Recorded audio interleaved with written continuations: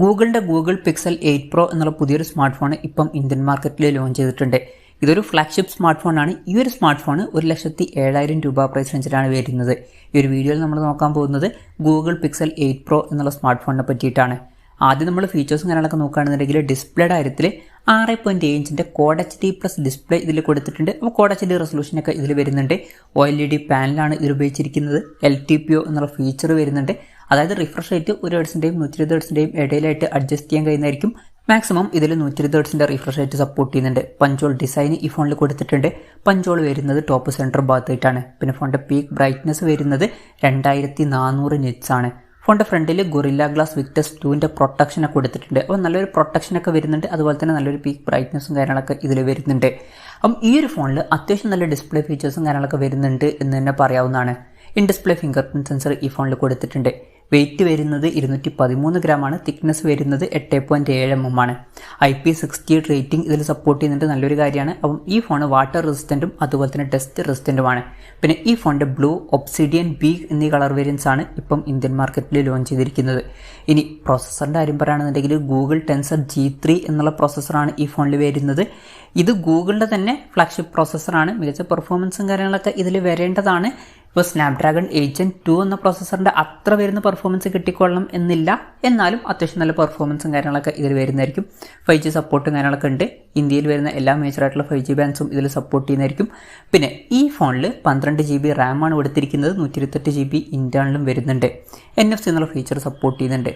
പിന്നെ skin temperature സെൻസറും ഇതിൽ കൊടുത്തിട്ടുണ്ട്. ആദ്യമായിട്ടാണ് ഗൂഗിൾ പിക്സൽ ഫോണുകളിലോട്ട് സ്കിൻ ടെമ്പറേച്ചർ സെൻസർ എന്നുള്ളൊരു ഫീച്ചറൊക്കെ വരുന്നത്. അപ്പോൾ ടെമ്പറേച്ചറൊക്കെ നമുക്ക് മെഷർ ചെയ്യാവുന്നതാണ്. പിന്നെ ടൈറ്റാൻ M2 സെക്യൂരിറ്റി ചിപ്പ് എന്നുള്ള ഫീച്ചറും കൊടുത്തിട്ടുണ്ട് സെക്യൂരിറ്റിക്ക് വേണ്ടിയിട്ട്.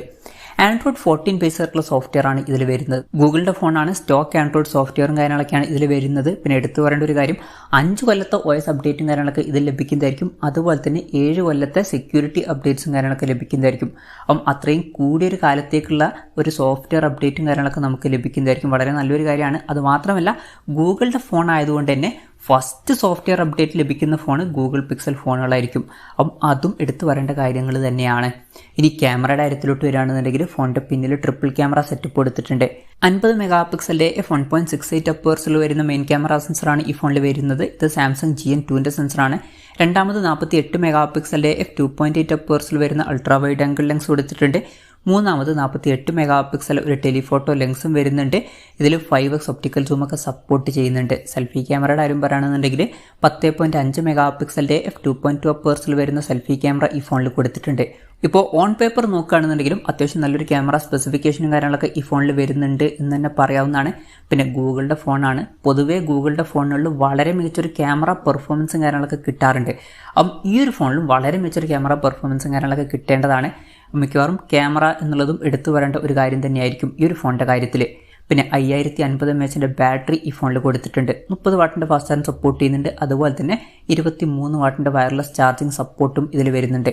Type-C ചാർജിംഗ് പോർട്ടാണ് ഈ ഫോണിൽ കൊടുത്തിരിക്കുന്നത്. അപ്പോൾ തിരക്കേടില്ലാത്തൊരു ബാറ്ററി സെറ്റപ്പ് വരുന്നുണ്ട് എന്ന് പറയാവുന്നതാണ്. പിന്നെ ഫോണിൻ്റെ ബോക്സിൽ ചാർജർ ഉണ്ടാവില്ല. ചാർജർ സെപ്പറേറ്റ് മേടിക്കേണ്ടി വരും. അപ്പം ഇതൊക്കെയാണ് ഫീച്ചേഴ്സിനെ പറ്റി പറയാനുള്ള കാര്യങ്ങൾ. പിന്നെ വിലയുടെ കാര്യം പറയുകയാണെന്നുണ്ടെങ്കിൽ ഈ ഫോണിൻ്റെ ഇന്ത്യയിലെ വില വരുന്നത് 1,06,999 രൂപയാണ്. പിന്നെ ചില ഓഫേഴ്സും കാര്യങ്ങളൊക്കെ ഉണ്ട്. ബാങ്ക് ഓഫേഴ്സ് കഴിഞ്ഞിട്ട് 9,000 രൂപയും കൂടി കുറയുന്നതായിരിക്കും. അതുപോലെ തന്നെ എക്സ്ചേഞ്ച് ചെയ്യുമ്പം 4,000 രൂപയുടെ എക്സ്ട്രാ ഓഫും കാര്യങ്ങളൊക്കെ ലഭിക്കുന്നതായിരിക്കും. എന്തായാലും ഓവറോൾ നോക്കുകയാണെന്നുണ്ടെങ്കിൽ ഗൂഗിൾ പിക്സൽ 8 പ്രോ എന്നുള്ള ഫോണിൽ അത്യാവശ്യം നല്ല ഫീച്ചേഴ്സും കാര്യങ്ങളൊക്കെ വരുന്നുണ്ട് എന്ന് തന്നെ പറയാവുന്നതാണ്. വളരെ മികച്ച ഡിസ്പ്ലേ ഫീച്ചേഴ്സും കാര്യങ്ങളൊക്കെ വരുന്നുണ്ട്. മികച്ച ക്യാമറ ഫീച്ചേഴ്സ് വരുന്നുണ്ട്. തിരക്കേടില്ലാത്ത ബാറ്ററി സെറ്റപ്പ് കൊടുത്തിട്ടുണ്ട്. പിന്നെ സ്നാപ്ഡ്രാഗൺ 8 Gen 2 എന്ന പ്രോസസ്സറിൻ്റെ ലെവലിൽ എത്തിയിട്ടില്ലെങ്കിലും അത്യാവശ്യം തിരക്കേടില്ലാത്തൊരു പ്രോസസ്സറും ഇതിൽ കൊടുത്തിട്ടുണ്ട്. പിന്നെ ഫ്ലാഗ്ഷിപ്പ് ഫോണാണ്. വിലയും അതിനനുസരിച്ചിട്ട് വരുന്നുണ്ട്. 1,07,000 രൂപ പ്രൈസ് റേഞ്ചിലേക്ക് വരുന്നുണ്ട്. അപ്പം അത്യാവശ്യം നല്ല ഫീച്ചേഴ്സും വരുന്നുണ്ട്. വിലയും അത്യാവശ്യം കൂടുതലായിട്ടൊക്കെ തന്നെ വരുന്നുണ്ട്.